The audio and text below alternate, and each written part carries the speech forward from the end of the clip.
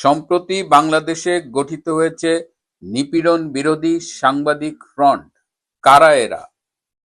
কেনই বা তারা দাবি তুলছে নোবেল লরিয়েট ডক্টর মোহাম্মদ ইউনূসের নোবেল পদকটি প্রত্যাহার করে নেওয়া হোক? আজকে এই বিষয়টি নিয়ে আলোচনা করব। এর সাথে রয়েছে সেই বিখ্যাত ভিআইপি মহিষ ডোনাল্ড ট্রাম্পের আপডেট। ডোনাল্ড ট্রাম্পকে ভীষণভাবে অপমান করার অভিযোগ উঠেছে। পুরোটা জানতে শেষ পর্যন্ত সাথে থাকুন। আসসালামু আলাইকুম এবং আদাব। ডক্টর মোহাম্মদ ইউনূস এমন একটি দর্শনের প্রবক্তা যে গরিব মানুষকে আরো গরিব বানিয়ে তাকে ঋণের ফাঁদে ফেলে কিভাবে মুনাফা অর্জন করা যায় সেই মডেলকে তিনি পৃথিবীর সামনে নতুন করে তুলে ধরেছেন, যাকে বলা হয় ক্ষুদ্র ঋণ কর্মসূচি। এবং এই ক্ষুদ্র ঋণ কর্মসূচির মডেলটাকে দেখিয়েই ডক্টর মোহাম্মদ ইউনূসের আমেরিকান বন্ধুরা তার জন্য একটি নোবেল জোগাড় করে দেয়, শান্তিতে নোবেল। একজন অর্থনীতিবিদ যিনি মাঝে মধ্যেই অর্থনীতিতে নোবেল পাবেন বলে আশা করতেন এবং সেই অনুযায়ী তদবির লবিং অনেক কিছুই করেছেন, তাকে কিনা 2006 সালে দেয়া হলো শান্তিতে নোবেল, তাও আবার ভাগে। গ্রামীণ ব্যাংকের সাথে তিনি ভাগাভাগি করে শান্তিতে নোবেল পেলেন। তখনই অনেকের কপাল কুঁচকে গিয়েছিল যে শান্তিতে কেন নোবেল দেওয়া হলো। আজকে তো আমরা খুব স্পষ্টভাবেই দেখতে পাচ্ছি এই শান্তিতে নোবেল পুরস্কারটি কিভাবে দেশে দেশে মার্কিন সাম্রাজ্যবাদের স্বার্থ সংরক্ষণে তার দালালকে দিয়ে ব্যবহার করা হয়, যেটা আমরা ভেনিজুয়েলায় দেখেছি সম্প্রতি। 2006 সালে ইউনূসকে নোবেল দেওয়া হয়েছিল যাতে 2007 সালে যে বাংলাদেশে একটি পিকুলিয়ার সরকার এসেছিল, সেই সরকার প্রধান হিসেবে ডক্টর ইউনূস ক্ষমতা নিয়ে 10 বছর বাংলাদেশ শাসন করবে।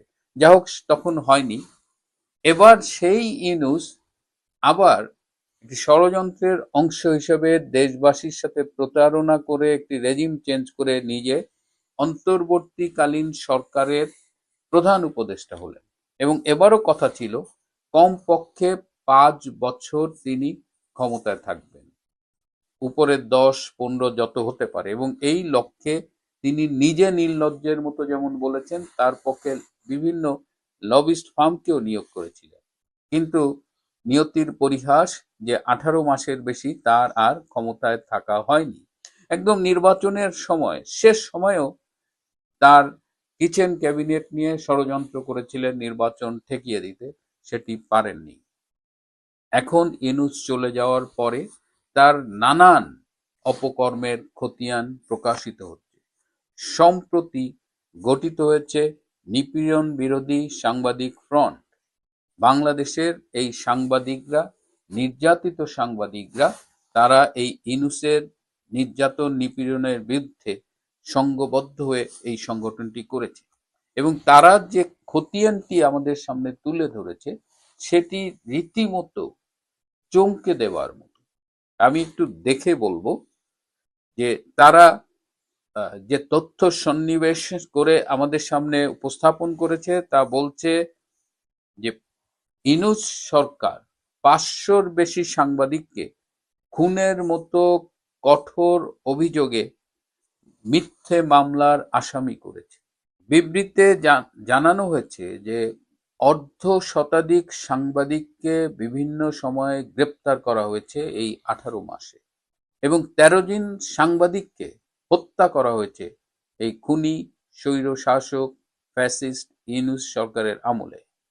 এছাড়া 1200 সাংবাদিককে চাকরিচ্যুত করা হয়েছে বিভিন্ন গণমাধ্যম থেকে। 168 জন পেশাদার সাংবাদিকের অ্যাক্রিডিটেশন কার্ড বাতিল করা হয়েছে। বাংলাদেশের জাতীয় প্রেস ক্লাব থেকে শুরু করে বিভিন্ন জেলা শহরে যে প্রেস ক্লাব রয়েছে সেখান থেকে অসংখ্য সাংবাদিককে তাদের সদস্য পদ কেড়ে নেওয়া হয়েছে। এই সংগঠনটির কর্মকর্তারা আরও জানাচ্ছেন যে শাহরিয়ার কবির, মোজাম্মেল বাবু, শ্যামল দত্ত, শাকিল আহমেদ, ফারজানা রূপা, শেখ জামাল, মঞ্জুরুল আলম পান্না, আনিস আলমগীর সহ সারা দেশে ৪৭ জন সাংবাদিককে ডক্টর ইউনূসের আমলে গ্রেপ্তার করা হয়েছে। তাদের অনেকেই এখনো কারাগারে রয়েছেন। এছাড়া বললাম যে ১৩ জনকে হত্যা করা হয়েছে। সেই সাংবাদিকদের মধ্যে রয়েছেন মেহেদী হাসান, শাকিল হোসেন, তাহির জামান, এটিএম তোরাব, প্রদীপ কুমার ভৌমিক, সোহেল আখুনজি সহ ১৩ জন সাংবাদিক। এই নিপীড়ন বিরোধী সাংবাদিক ফ্রন্ট আরো জানাচ্ছেন যে ইউনূসের সরকার এসে BTV, ৭১ TV, Somoy TV, DBC, Gaan Bangla, ATN News, ATN Bangla, My TV, Bijoy TV, News 24 television channel এবং আমাদের অর্থনীতি, আমাদের নতুন সময়, দৈনিক মুখপত্র, কালের কণ্ঠ, বাংলাদেশ প্রতিদিন, ডেইলি সান, বাংলা নিউজ, প্রথম আলো ও ডেইলি স্টারের মতো সংবাদপত্রের অফিসে গুন্ডামি, ভাঙচুর ও অগ্নিসংযোগের ঘটনা ঘটিয়েছে। এমনকি অনলাইন নিউজ পোর্টাল বাংলা ইনসাইডারকেও তারা একেবারে ডিলিট করে দিয়েছে। ডক্টর ইউনূস, যিনি বিদেশে কেউ একজন ধরেন এই যে চীনের কয়লা খনিতে মারা গেল বা কোথাও সমকামীদের অধিকার, তা বিবৃতি দিতে একদিন সময় লাগে না, অথচ বাংলাদেশে গণমাধ্যমের গলা টিপে ধরেছিলেন এবং তার একটা চেলা ছিল ডাস্টবিন শফি। সে এমন ভাবে মানে গণমাধ্যমকে নিয়ন্ত্রণ করত, যেটা হিটলারের কথা আমাদের মনে করিয়ে দেয়। আরো দুঃখজনক হলো যে ডেইলি স্টারের মাহফুজ আনাম এবং প্রথম আলোর মতিউর রহমান ডক্টর ইউনূসের দালালি করত, পা চাটত, তাদের কার্যালয়ও কিন্তু রক্ষা পায়নি এবং সেখানে এমনভাবে আগুন ধরিয়ে দেওয়া হয়েছিল যে অনেক সাংবাদিকের একেবারে মারা যাওয়ার মতো অবস্থা হয়েছিল। তো এখন এই নিপীড়ন বিরোধী সাংবাদিক ফ্রন্ট তারা অনেকগুলো দাবি তুলেছে।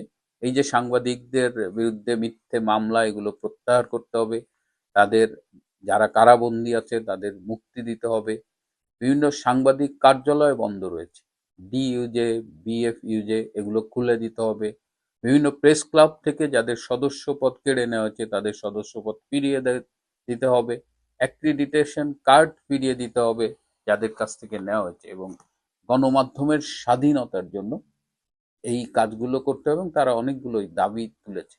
তো এই পরিসংখ্যান দেখে আমাদের কিন্তু আসলে আঁতকে উঠতে হয়, এবং শুধু বাংলাদেশ নয়, সারা বিশ্বেই কিন্তু এই যে বাংলাদেশে ইউনূসের আমলে গণমাধ্যমের স্বাধীনতাকে যে হরণ করা হয়েছিল, সাংবাদিকদের যে নির্যাতন করা হয়েছে, হত্যা করা হয়েছে, কারাবন্দী করা হয়েছে, তা নিয়ে কিন্তু সারা পৃথিবীতেই আলোচনা সমালোচনা হয়েছে, প্রতিবাদের ঝড় উঠেছে, কিন্তু ডক্টর ইউনূসের সেদিকে খেয়াল নেই। বর্তমানে তারেক রহমানের সরকারের আমলেও আমরা খুব একটা পরিস্থিতির উন্নতি দেখছি না।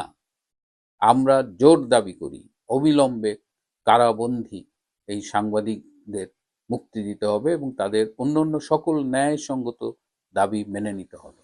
এবার শেষ করছি ভিআইপি মহিষ ডোনাল্ড ট্রাম্পের আপডেট দিয়ে। ডোনাল্ড ট্রাম্পকে ভীষণ অপমান করা হচ্ছে। কিভাবে অপমান করা হচ্ছে এই ছোট্ট ভিডিও ফুটেজেই দেখেন। আমি তো আর কোথাও যাইনি, টিকিট কেটে সরাসরি এখানে আসছি, কিন্তু ডোনাল্ড ট্রাম্পকে রাখা হয়েছে গাধার কাছে। এখানে মনে হচ্ছে যে মানে গাধা আর ট্রাম্পকে বোঝা যাচ্ছে না, ওর জন্য মানে গাধাটা একটু অন্য জায়গায় রাখলে ভালো হতো আর কি। প্রিয় বন্ধুরা, আজ এ পর্যন্তই। ভালো থাকবেন, সুস্থ থাকবেন, তার চেয়েও জরুরি হলো নিরাপদে থাকবেন। সবাইকে অনেক ধন্যবাদ।